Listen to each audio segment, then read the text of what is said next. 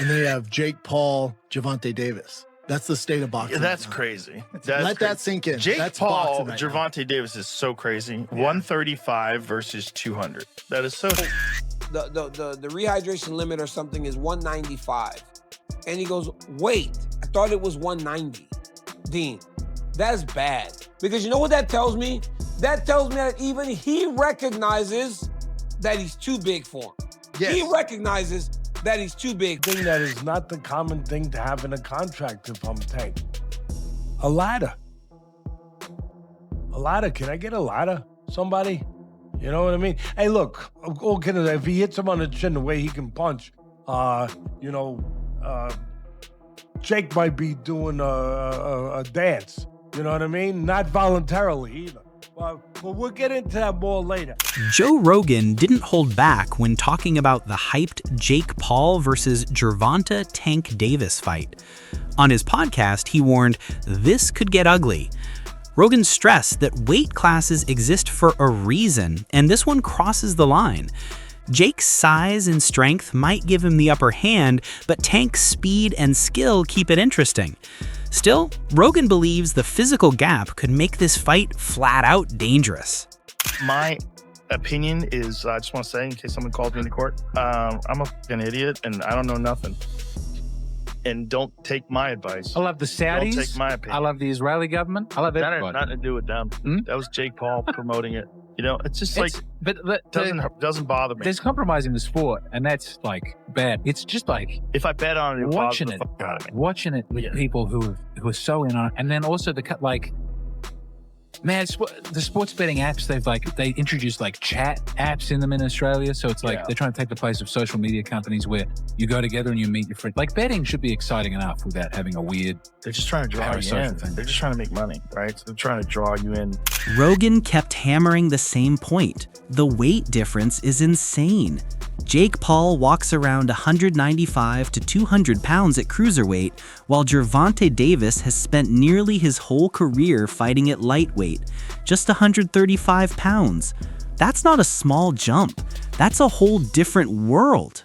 It is happening. WBA lightweight champion Gervonta Davis, who's unbeaten in 31 professional contests, takes on the self-proclaimed problem child, Jake Paul, one of the most influential and marketable global personalities. Paul and Davis square off in Miami after doubts around the fight being sanctioned in Georgia triggered a change in venue.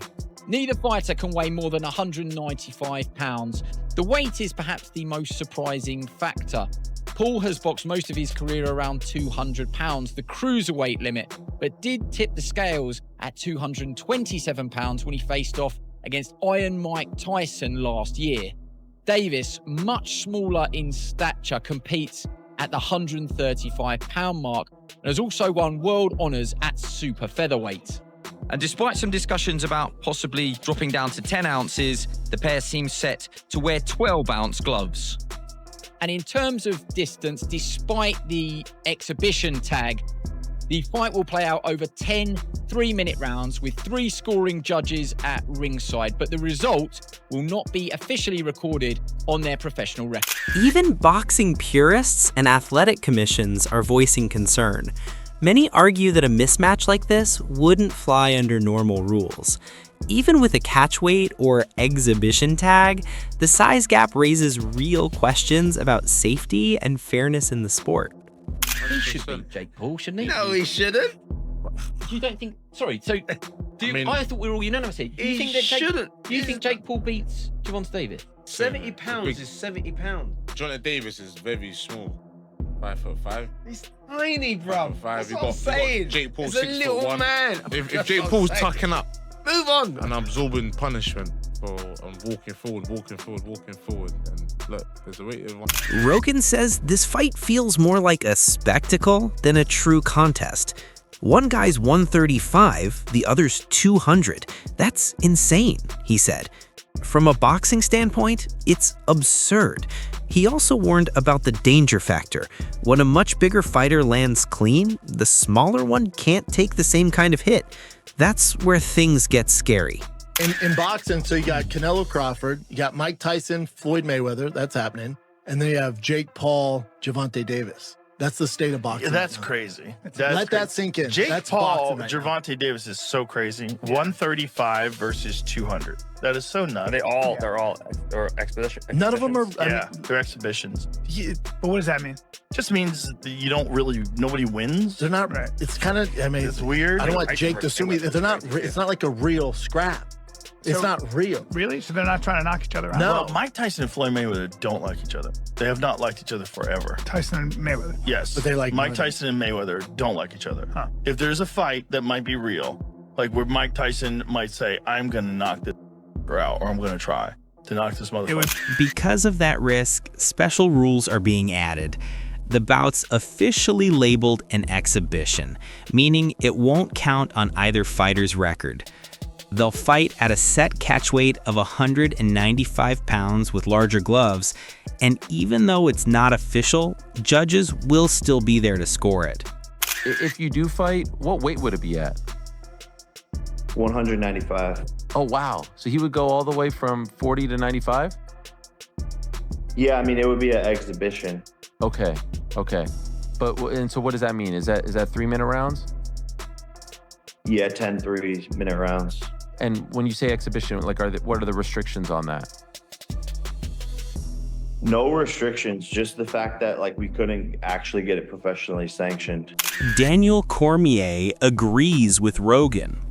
He admits Tank is the far better boxer, but says the size gap turns it into a sideshow. Cormier insists Jake Paul is just too big and that letting this fight happen pushes boxing's boundaries. He even questions how the sanctioning bodies approved it in the first place. It is completely just, it's, I can't say the word that I want to say because I don't want to get canceled, but this fight should not be happening. And the press conference was embarrassing. Gervonta Davis should not have a mic in front of him. It was absolutely embarrassing watching this thing. Why, D? Just the fact that like every time when Jake Paul would say something to Gervonta Davis, he didn't know how to answer it. He was comparing himself to like P. Diddy at moments, and I was like, oh my God, get a mic away from this guy. This fight shouldn't be happening. And then he didn't even know what weight they were fighting. He's like, I thought That's it was bad, 190. D. No, it's 195. That was the craziest thing. That was the thing that stood out to me the most. Was that when they go, the rehydration limit or something is 195. And he goes, wait, I thought it was 190. Dean, that's bad. Because you know what that tells me? That tells me that even he recognizes that he's too big for him. Yes. He recognizes that he's too big. Cormier also highlighted the danger of modern weight cutting. Fighters dehydrate themselves to make weight, then rehydrate and step into the ring way heavier. In Paul versus Davis, that means Jake could enter the fight much bigger and stronger, making the size imbalance even more extreme and far more dangerous. I think it's the most dangerous thing in the world. With us, we would go on Thursday night. If I weighed 216 and I had to be 205 by Friday morning, I would get as low as I possibly could and then try to go to bed. So if I'd get to 207, I would hope that by the morning I'd be 206. I'd only have to lose a pound in the morning. So I'm dehydrated for 12, 13, 14 hours. Those guys today are going to bed at that weight, Joe, 10, 11 over, and waking up at like 4 or 5 in the morning and cutting the weight. Because they said if they cut all that weight, they don't sleep, which I can attest to. It don't matter how much melatonin you take, you're so dehydrated. You're not gonna get a good night's sleep. I think it's dangerous. Why is it dangerous? Because you have to cut 10 pounds in 4 hours. If you don't, you're screwed. Because the worst possible feeling, you expect to lose 8, but you might lose 6 or 5.5. And then you're like, Coach Calvin Ford, who trains Gervonta Davis, says he's cautiously optimistic, but clearly uneasy. He admits the size gap is wild, yet Davis accepted the challenge. Ford's biggest concern? The gloves. He argues that 12-ounce gloves are for training, not fighting, and pushed for Davis to wear 8-ounce while Jake uses 10-ounce. But Paul's camp reportedly refused to mix and match. Ford says safety is priority, even if it means fighting uphill.